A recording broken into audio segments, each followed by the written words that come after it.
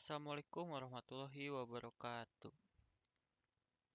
Perkenalkan, nama saya Taufik Rahmat Abdullah, salah satu mahasiswa Universitas Pajajaran dari jurusan Teknologi Industri Pertanian, akan menjelaskan bagaimana proses pengolahan limbah cair tepung tapioka.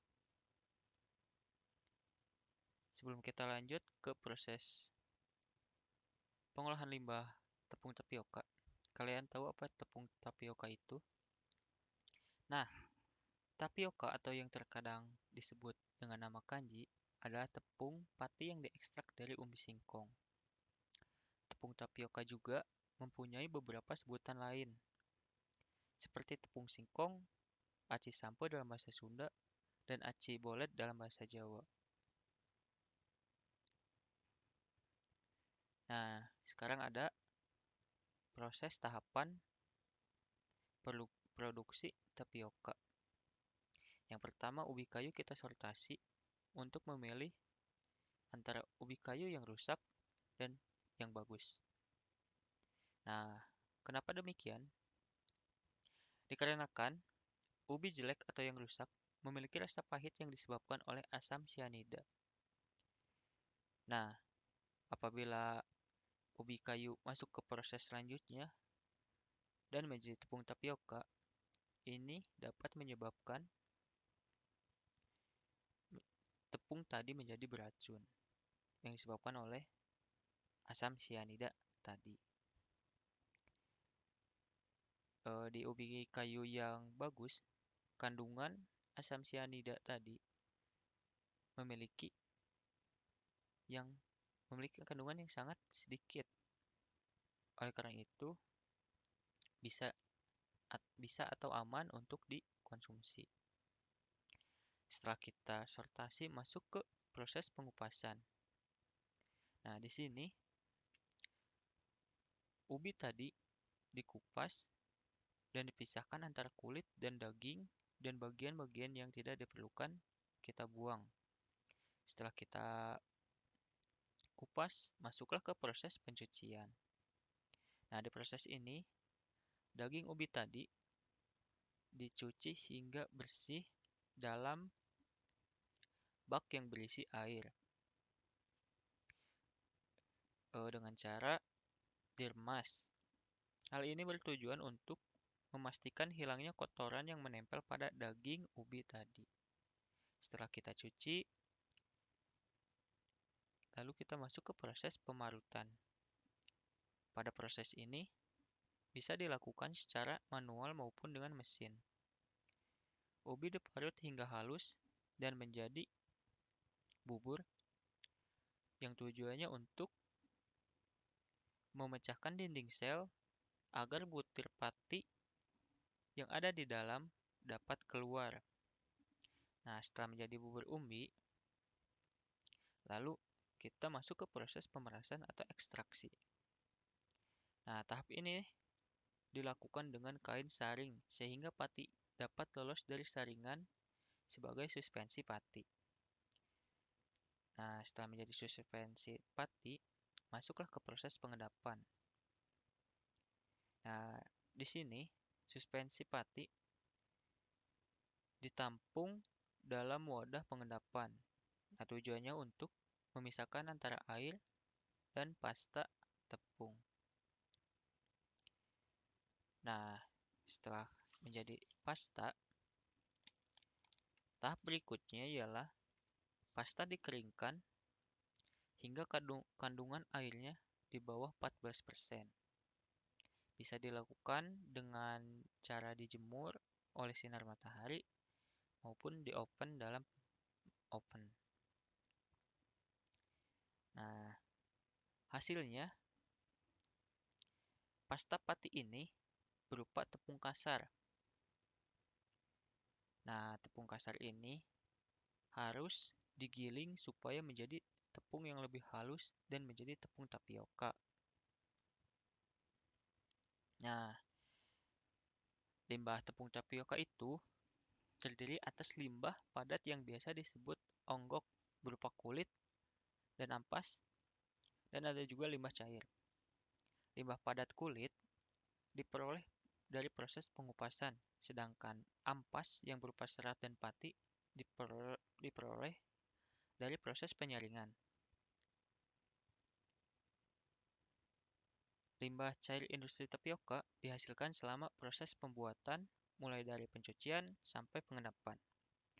Apabila limbah industri tapioka tidak diolah dengan baik dan benar, dapat menimbulkan berbagai masalah bagi lingkungan sekitar.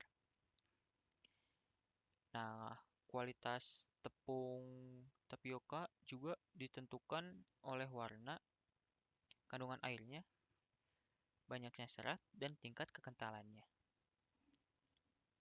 Lalu,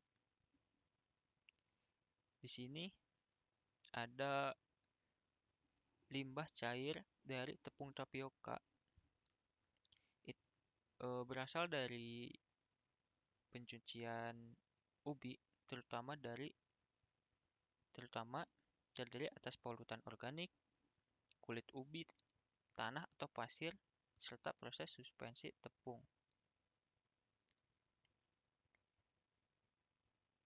Sebagian besar industri tepung tapioka menggunakan kombinasi pretreatment penyisihan sianida, yaitu berupa tangki asidifikasi dengan menambahkan senyawa seperti CaOH2 atau NaOH.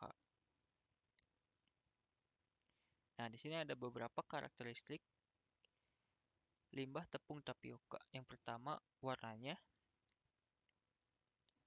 berupa kekuningan. Yang kedua, mengandung TSS. Yang ketiga, mengandung BOD. Yang keempat, ada COD. Yang kelima, pH-nya. Dan yang keenam, mengandung sianida. Nah, di sini ada diagram alir air limbah dari proses pencucian hingga ekstraksi pati. Nah, si air limbah tadi dimasukkan ke dalam bak ekualisasi yang bertujuan untuk meratakan beban air limbah. Nah, setelah dari bak ekualisasi masuk ke kolam asidifikasi. Di sini berfungsi untuk menurunkan kadar pH-nya. Nah, setelah diturunkan kadar pH-nya, masuklah ke proses upload anaerobic sludge blanket atau yang disingkat dengan UASB.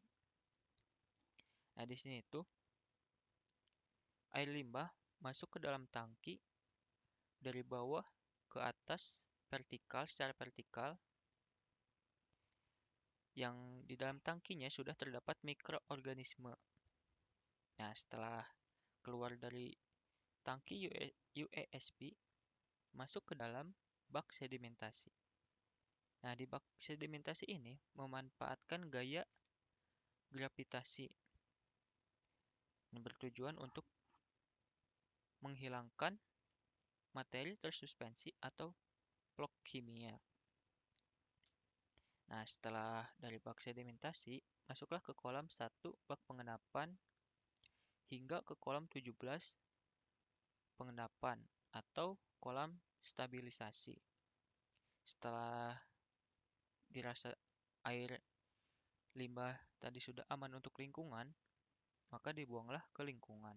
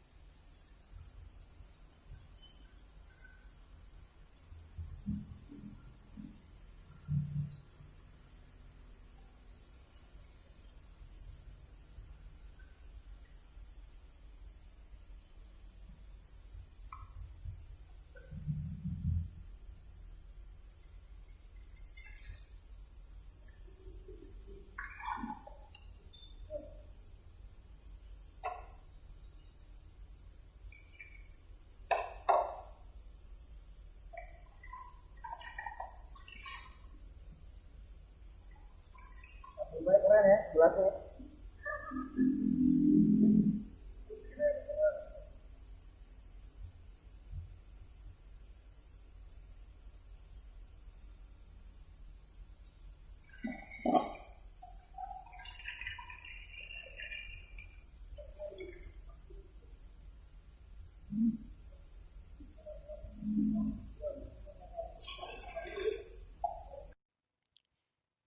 Nah, eh, sekian dari saya.